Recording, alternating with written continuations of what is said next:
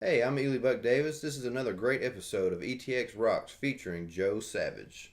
From the great state of Texas, this is the latest episode of the ETX ROCKS Show. Nestled in the piney woods of East Texas, the ETX ROCKS Show delivers the stories and songs of talented artists of all genres, all styles, from the unheralded and unheard to the legends and beyond. We bring a passion for music and a drive to go behind the curtain with our guests. We focus on all artists, from LA to New York, Nashville down to Texas, and everywhere in between. ETX is our location, not a limitation. Now, as always, it's viewers and listeners like you out there that are our biggest support for the show. If you want to contribute to the show, please do so by donating to www.paypal.me/ETXRocks. And thank you for tuning in. Wherever you're tuned in, please hit the like, follow, and or subscribe buttons. And now, for another great episode of ETX Rocks. Hey guys, Boston Chris here with the ETX ROCKS Show, and you are tuned in to the 237th episode of the show. Guys, our guest this week is a major reason why I want to move to Fort Worth. Now, Joe Savage is a breath of fresh air for those people out there that do not tune into mainstream radio. Why don't you tune into mainstream radio? Because everything is overproduced and everything is repetitive. Joe Savage is anything but repetitive. Now, if you're a fan of traditional country music like Boston Chris is, as you guys know out there, then Joe Savage is your cup of tea, because he brings those old sounds to new songs in a way that will blow your mind. Guys, I've been waiting a long time for this episode, and we're extremely proud to introduce everybody out there to Mr. Joe Savage. Hey. All right, man, as I said in the intro, I'm really excited with our guest this week. We have Joe Savage from the Fort Worth area here in the house on the set of ETX Rocks, a.k.a. our living room.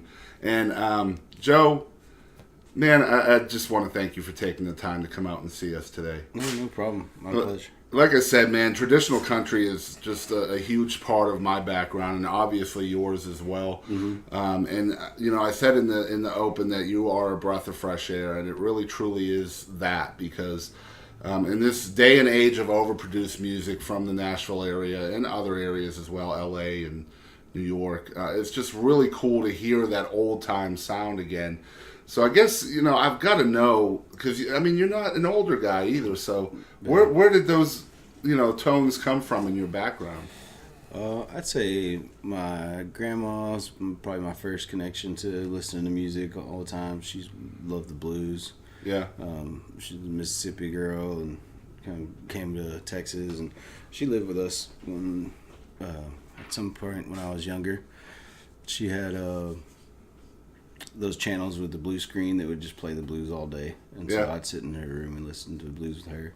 And then as I got a little bit older, my pop started feeding me Texas country and, you know, Chris Christopherson and Guy Clark and, you know, Robert O'Keefe and all that stuff. So Awesome. And you did bring your guitar with you today, which, you know, we're super stoked. He's going to play us a couple of songs. So tell us the backstory behind the first song that you're going to do for us. I kind of hoping that songwriting will pay off in just even the most modest way of having a little place kind of like y'all's out here, you know, a little bit out removed from the city, right? You know, quieter life, and something that you can own and still affordable. And so that song, Mouth Shut and Eyes Wide, is about like kind of how I think I'm going to get there. Is basically just keep my mouth shut a little bit more. Haven't always been quite like that. Yeah. But in the end, you know, it's like out past the city a wise man sits, you know, so it's like my vision of who I could be when I'm older, you know, sits out on the porch, he thinks and he spits. You know, and like, so that's kind of where that one came from. And it's got a little bluesier feel, but yeah. Awesome.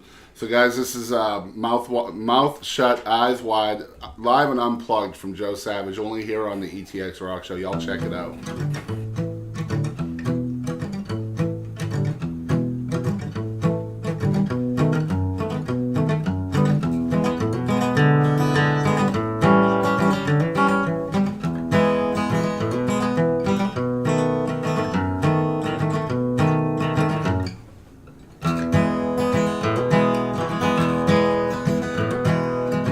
Out past the city, a wise man sits out on his porch with he thinks and he spits.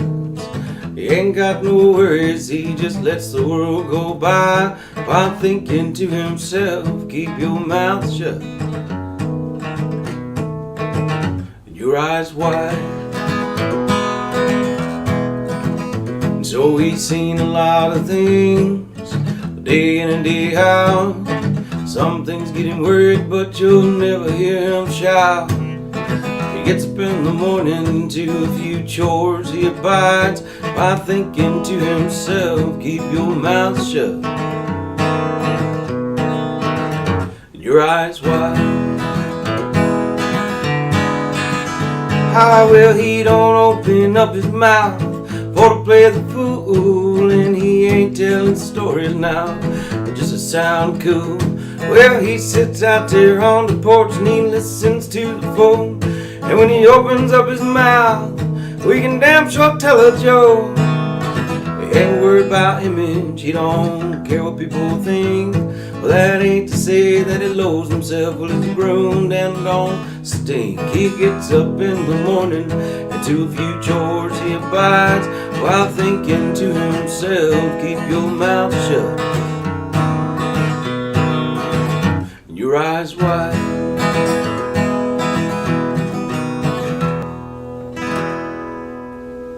All right, so we are back. That was Mouth Shut, Eyes Wide from Joe Savage.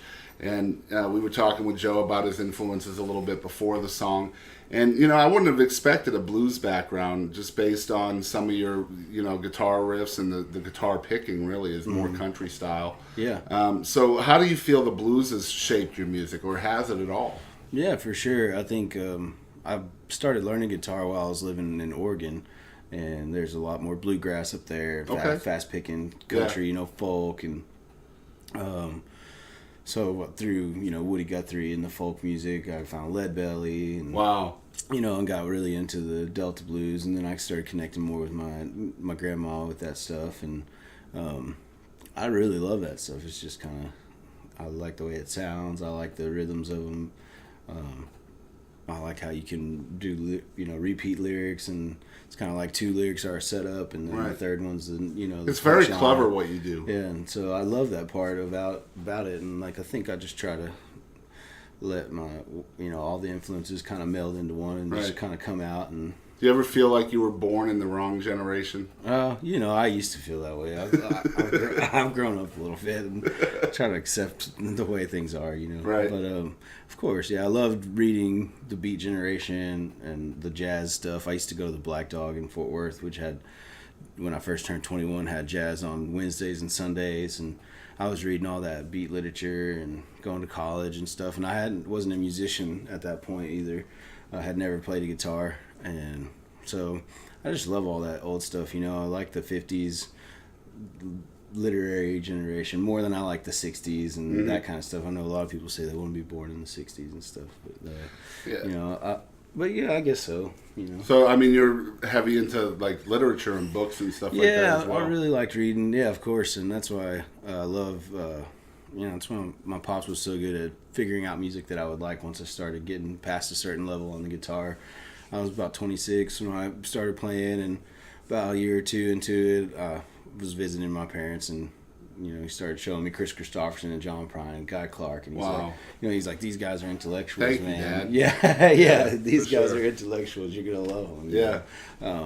This is kind of, he's like, this is what you want to write about, you know, and so, and he was right. Those are my favorites now, and I pull a lot from what they're doing, in the way that they not only affects my songwriting, but it affects the way I live my life, and kind of helps to, you know, inform my philosophy and things like that. Your songwriting is just so smooth, you know, and we were talking a little bit off camera of how wordy you try to make things, and and figuring out different cadences and things like that with your stuff, you know. And there's a lot of songwriters out today, you know, especially in independent music with that freedom, but there's very few around that I would term a wordsmith, and you are definitely that. There's a difference between a songwriter and a wordsmith, I think, and it's just so refreshing as a fan of especially traditional country music, and I'm a fan of all those guys you just mentioned as well, because they're storytellers. Yeah, you know, and that's why I love me some Joe Savage, man,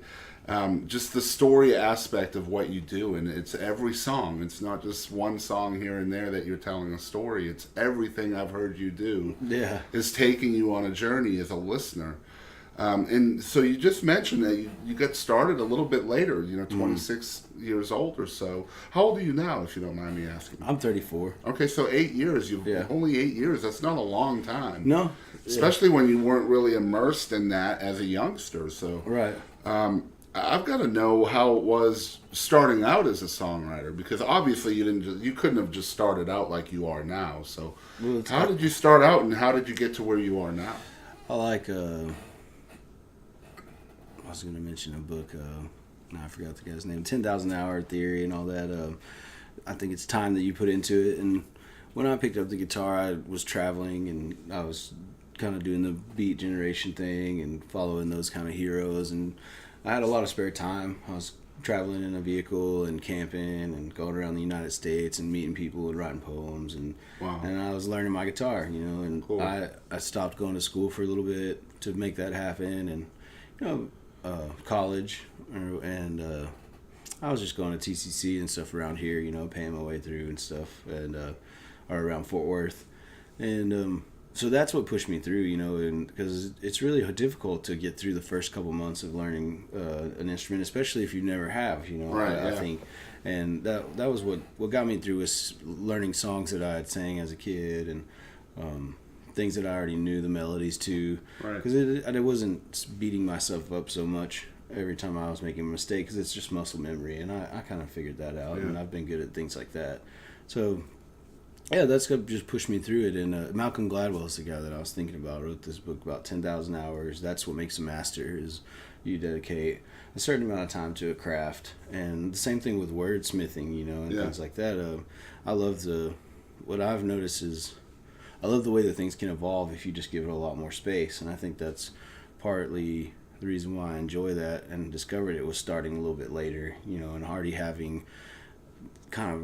That maturity level is already in place. Right. I put a lot of more childish feelings towards being writing the great American novel, or being the wonderful academic, and all this stuff, that these other kind of younger dreams that I was having, and... in the background of my mind, I always wanted to sing, and I hung out with musicians and things like that. And so I think that it's just a matter of letting those things unfold. Cadence and stuff is one great example of what I'm talking about. Because if I can get the idea down, I don't necessarily think of my ideas in the exact words, but I can see a picture or feel a feeling, and want to get the essence of that down as soon as possible, and then as I'm working on the melody, you kind of feel those words cut themselves out, or add another word in, or so it's a very technical thing that you're doing. Well, but with kind of hands off sometimes, what I mean? Like sometimes I'm a little more strict, and there's no one way that I would write a song, but with cadence especially, it's allowing it to take its own shape, but the technicality comes from repetition, and I'm not afraid to repeat a new idea over and over and over again. And I find that even songs I've played now live for the last 4 or 5 years are still morphing just here and there, little nuances and little things like that. But cadence is something I try to work out right away, so that then I find the more fluid I allow it to happen, and more kind of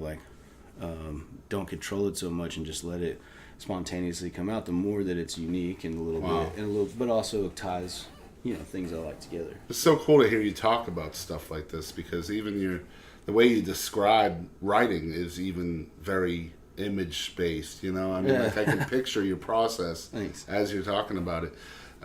Just thinking about, a lot of times a songwriter is not really that concerned about cadence, to be honest. They're just trying to follow a certain structure, and it sounds like maybe what's important to you is a little bit different than the typical songwriter.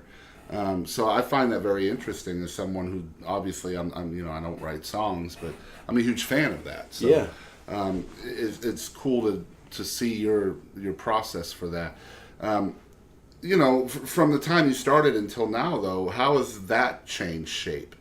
Just the way you go about structure and things. Well, I think I played a lot more covers, and I love Bob Dylan and the Beatles. Yeah. A lot of that stuff is what gave me a lot of confidence, and I just really identified with the melodies and the way things sounded and the way it felt to be playing it and to be a part of it, even when I was just practicing by myself, camping or, in my backyard or something.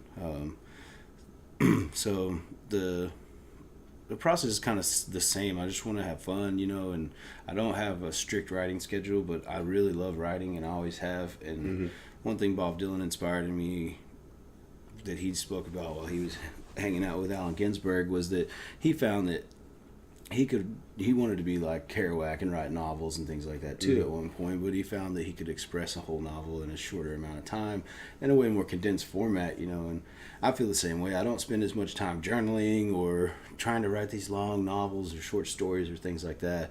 I kind of, sometimes you pull something out, I don't spend as much time working on covers either. There's a big difference. I do, when I find something I like, I get really into it, and I'll learn a whole bunch of their songs, and really I'm just stealing everything that I can from the essence of that, Yeah. And being a part of it draws upon that and kind of rewards you, through diligence with those kind of with those little tips and little nuances and talents that those songs. Do you find that over time as you're being inspired? I mean, obviously artists are constantly inspired by experience and different sounds around them. Do you find like, over time that maybe you're being inspired by a certain artist at a certain time, and maybe you'll feel that come out of a song after you're done writing it? You'll be able to hear that little inspiration. Yeah, absolutely. Yeah. I no doubt. Yeah, there's no doubt about it. And it's the more that I try to put more in, the more that it mixes itself up and get something out, And right. The more that I see myself singing other people's songs, the more confidence I get to just be myself too. And so those two things come together as well, and so it's the process is pretty fun. I love it, I'm so fortunate. The reason why I ask you that is because, you did a sneak peek song for us that we put out on Facebook a couple weeks ago or whatever, and this song was called Man Unnamed. If you didn't see the sneak peek, you can go on our Facebook and check that out. But as I was listening to this song, as a traditional country fan, obviously I'm hearing some Johnny Cash in there. I hear the Chris Christopherson songwriting undertones in there. But then I was feeling like some of those Marty Robbins vibes in there too, So it's just really neat to be able to sit back as a fan and really listen to what you're doing and try to pick out what your influences are just based on that. And, mentioning Johnny Cash, obviously, a lot of people compare your voice to Johnny Cash. And, I get that. I understand it. Yeah. But at the same time, you're so far from that, if that makes any sense. How do you feel about your voice as far as, you do sound like Johnny Cash sometimes. So how does that make you feel? I like it. I didn't know as much about Johnny Cash when people started telling me that, but it's made me read his biography and or autobiography, and I've listened to his whole catalog as much as I can. There's 80 something albums. Right. Yeah. There's a lot. And I watched his TV show, and my voice has changed as I've grown in experience and had the opportunity to sing and listen to myself on recordings, and I've done so many of those before I did this first album, real album that I released, and those recordings helped me to formulate my voice. I think there was one major thing that happened. I was already out songwriting as a solo artist and around Fort Worth, and I'd already quit my middle-class American job that I had and devoted myself entirely to the songwriting. And so I struggled here and there at the beginning especially, but I had friends that helped me get into the sound world and doing live sound and things, and I loved doing that. That was so great because it put me in an environment where I got to watch so many other local artists who are playing live music on a regular basis, and I became friends with a lot of them. And you're so lucky to be out in Fort Worth. Yeah, I met so many cool people. And one night, one of the singers was a little sick, and he was tired, and he needed a longer break. And they had a lot of times they had asked me to go up there and sing a couple songs during their breaks, And this particular day, his guitar was tuned down a whole step, Wow. And I didn't really know much about that at that point. Yeah. This is about four years ago, and So I get up there and start singing, and I'm like, whoa, what is this? You know, because I have good pitch. Yeah. You know, I can listen to some. I love mimicking, and I love trying to do impressions and things. So I could hear the difference in the tone of the chord that I was playing, but I didn't know what the problem was. You know, so I just adjusted on the spot. And after I got done, I had sang in that bar probably 20 times to that point. But everyone finally said to me like, "Wow, you have such a buttery, low, beautiful tone." Yeah.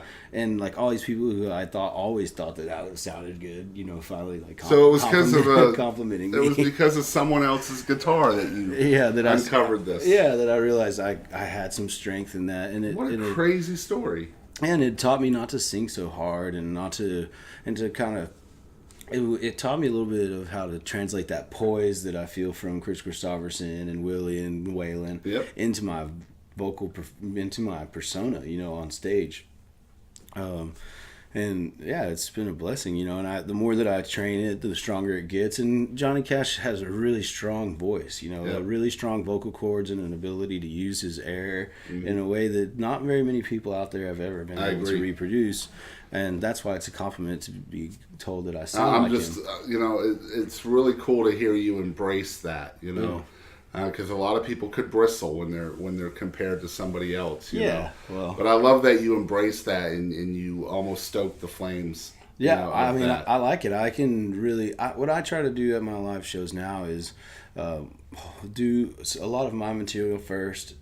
Throw some John Prine, some Christopherson out there, some Blaze Foley, you know, and some Waylon, and just kind of keep teetering on this thing. They're like, I know he sounds like Johnny Cash. They hear it in the first couple songs that I usually perform, that there's some kind of vibrato and tonal thing that I do that's where they place it. But I'm trying to show them other people that are doing the same sort of thing in different ways. Right. And then when I hit them with the Johnny Cash, I sound just like, you know, I can mimic a few songs where I've listened to the recordings hundreds of times. And now I know that I sound just like the recording. That's amazing. I do different things with my mouth. I do different things with my technique. And so that's when it's like, oh, he does sound like Johnny Cash. So some people only walk away with that, and then and they'll tell people that, and people won't even come to see me, but they had heard from their friend that I sound just like Johnny Cash. And so it kind of spreads a little bit, but it's nice because, you know, who doesn't want to go to a bar and listen to Johnny Cash? There's so many worse things to do out there. True. So. Well, and it's more than that anyway. And I mean, if you like go on and on your social media and see what some of your fans say about you, it's so much more than just Johnny Cash. It's brand new music. It's original songs that are written here in the 21st century. They have the meaning, you know, the organic meaning and realness of what we go through in life today. But you would think the songs were written 40 years ago, and that's what makes you so amazing.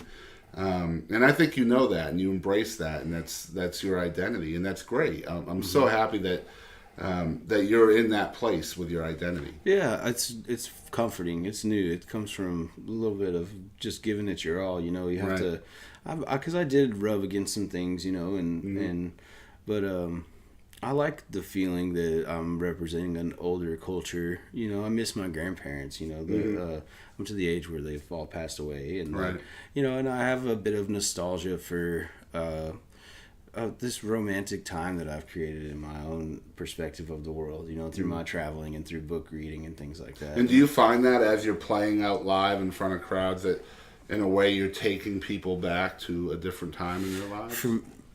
I mean, I don't know what happens to them, and I honestly think that a lot of different things happen for a lot of different people, and the more that I'm learning about that, the more that I try to craft my songs to be able to do that.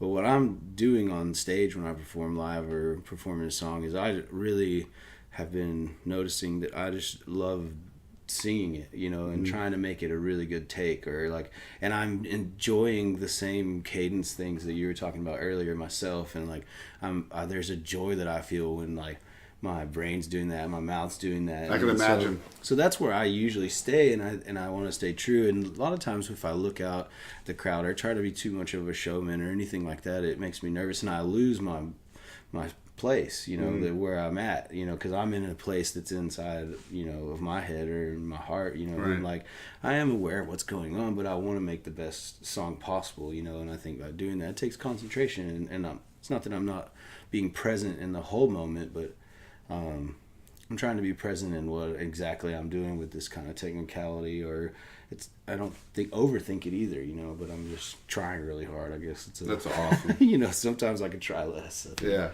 But So guys, we're sitting here with Joe Savage. This is episode 237. Unbelievable stuff, man.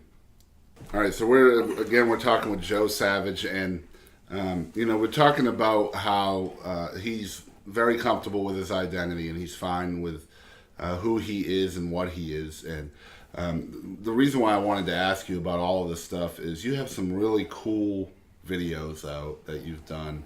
And obviously you can tell these are done amateurly, and that's what makes them great, by the way. Please don't take offense to that word. But no. I love the feel of these videos. There's one with an upright bass in it, and you're playing up to the identity that you've created, whether that's flattery or mimicry or whatever, but you're playing up to that Johnny Cash persona in this video. Do you know the one I'm talking about?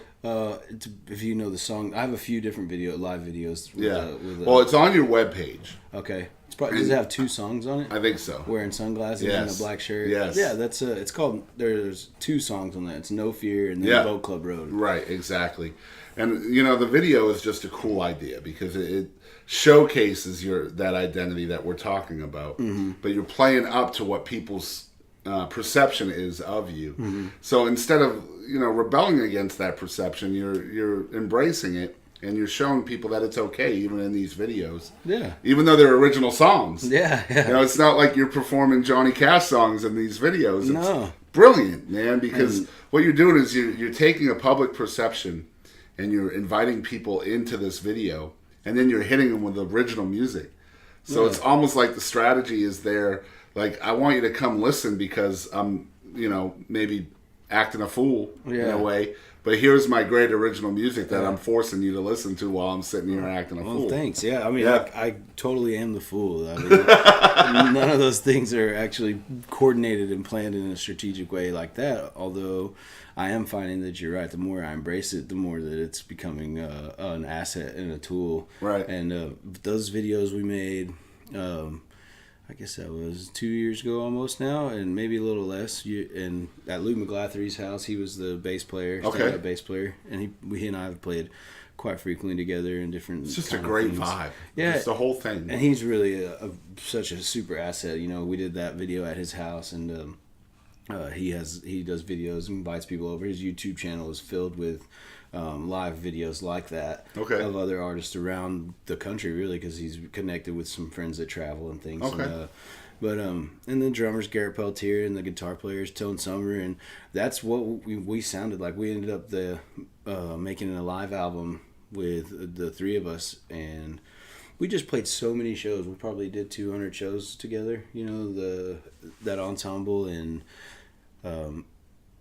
that's just so much fun, and so these things just kind of start happening, and I like to listen to what people say is I sound good doing. It's helped me. I'm fortunate to be playing for 4 nights a week, not working anymore for the last 2 years at all, and Right.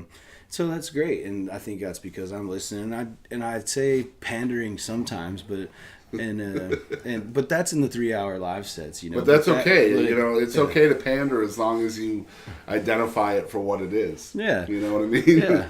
And so it's great that, I don't see I know that I have a similar persona, I guess, but I'm trying to work on, in the end, forming a true Joe Savage identity, which I think I've done already. I completely agree. As far as musical goes, they're like a brand, an identity that could take me a little bit further than it is now, Mm-hmm. And I think that the strong foundation of, Johnny Cash is great. It's working for other artists. Leon Bridges is compared to Sam Cooke all the time, and he came from the same open mics that I would go to and have gone to, and we knew each other in town, and he was just another songwriter, and as he started being compared to Sam Cooke, and as he started embracing that too, things started moving and shaking for him.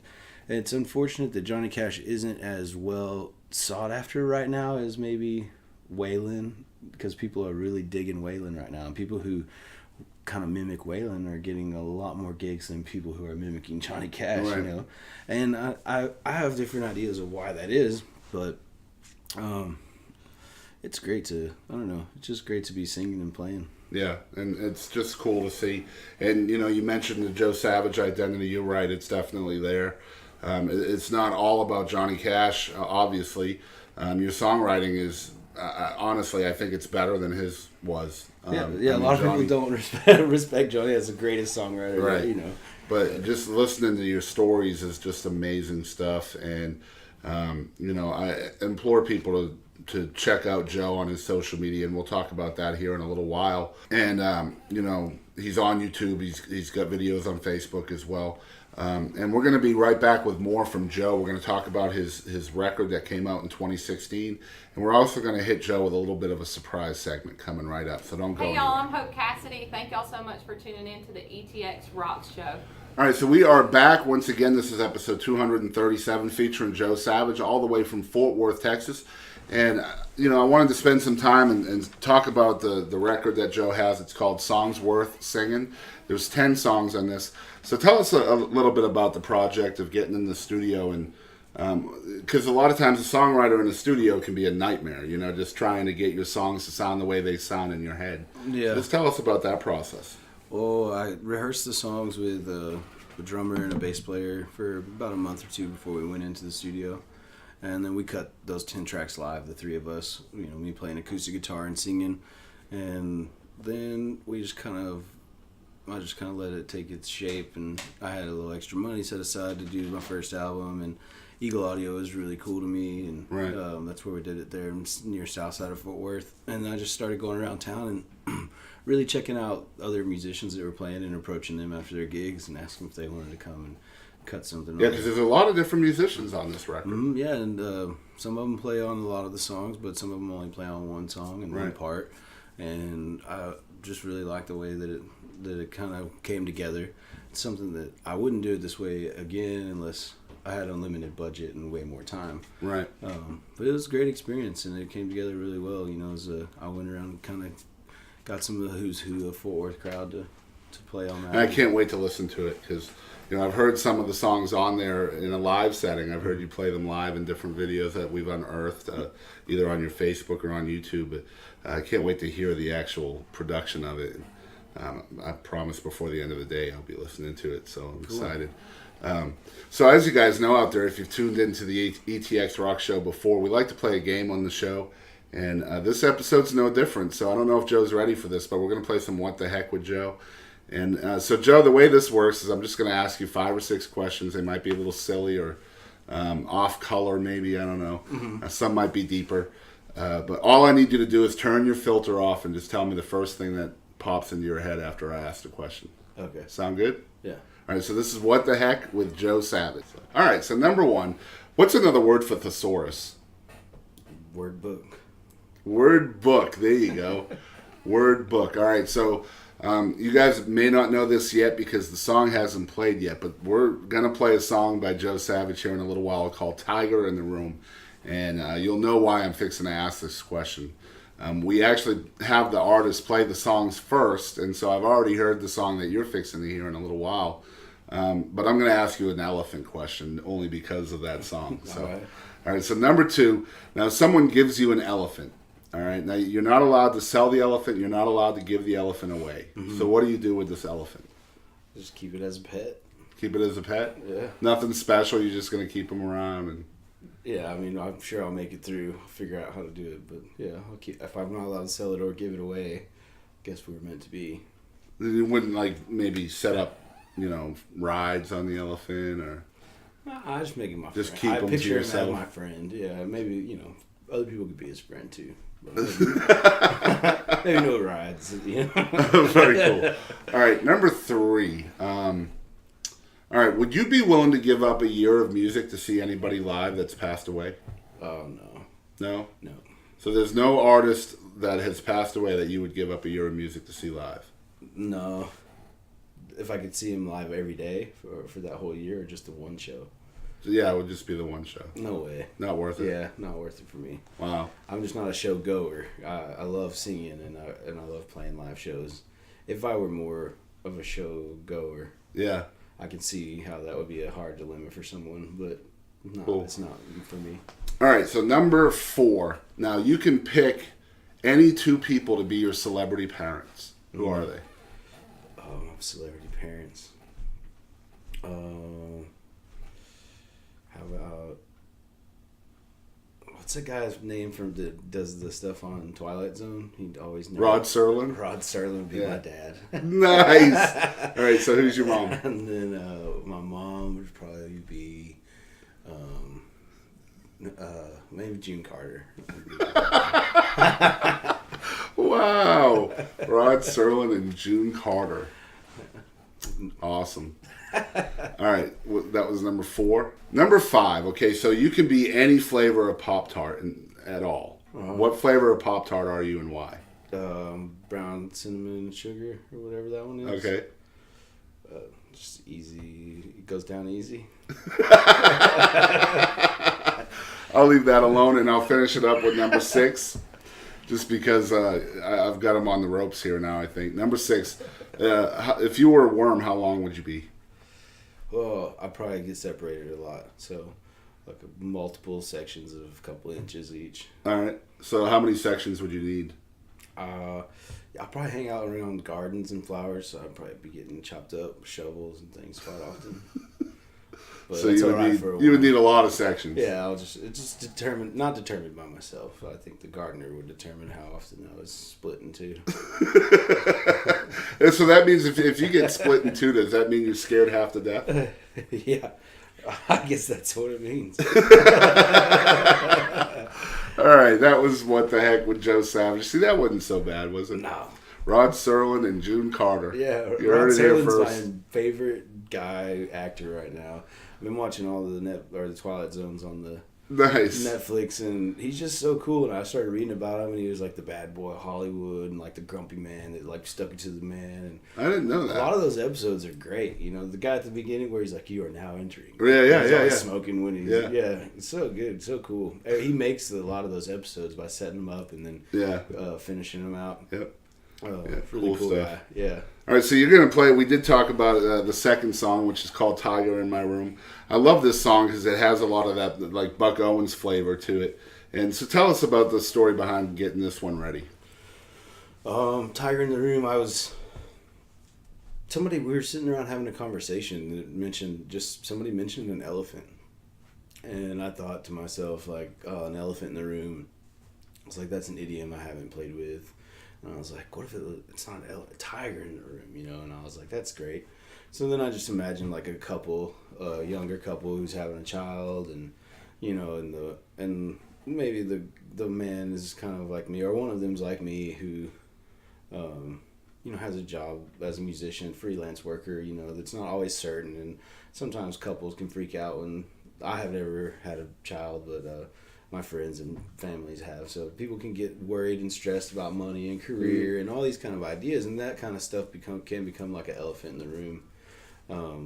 But at the same time, if you love somebody and you know and you believed in what they were doing before you know these new life burdens of marriage and children were thrust upon you, well then there's not actually an elephant in the room. It's a tiger, and it's you. You know, because so cool. Yeah, so just started playing with that idea. It's awesome. All right, so man, I really love the wordplay in this song. I think you guys are really going to enjoy this. It's live and unplugged, only here on the ETX ROCKS Show from Joe Savage, song called Tiger in the Room.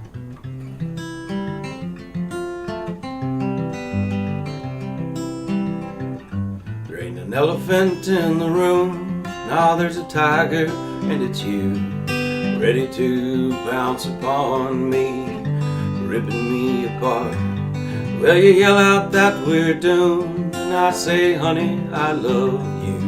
There ain't no elephant in the room, now there's a tiger, and it's you.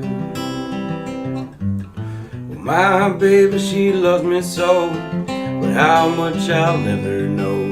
Sometimes there's a side she shows that seems to be so sore. Well, I guess that you could say things are going pretty okay. We got a child on the way. Well, who could ask for more? But there ain't an elephant in the room. No, there's a tiger, and it's you, ready to pounce upon me, tearing out my heart. Well, you yell out that we're doomed, and I'd say, honey, I love you. There ain't no elephant in the room. No, there's a tiger, and it's you. She's saving up her pennies for my thoughts. Uses a quarter just to get me to talk. Playing songs on a bar jukebox that make me feel so warm. But to add insult to injury, well, my words are field artillery.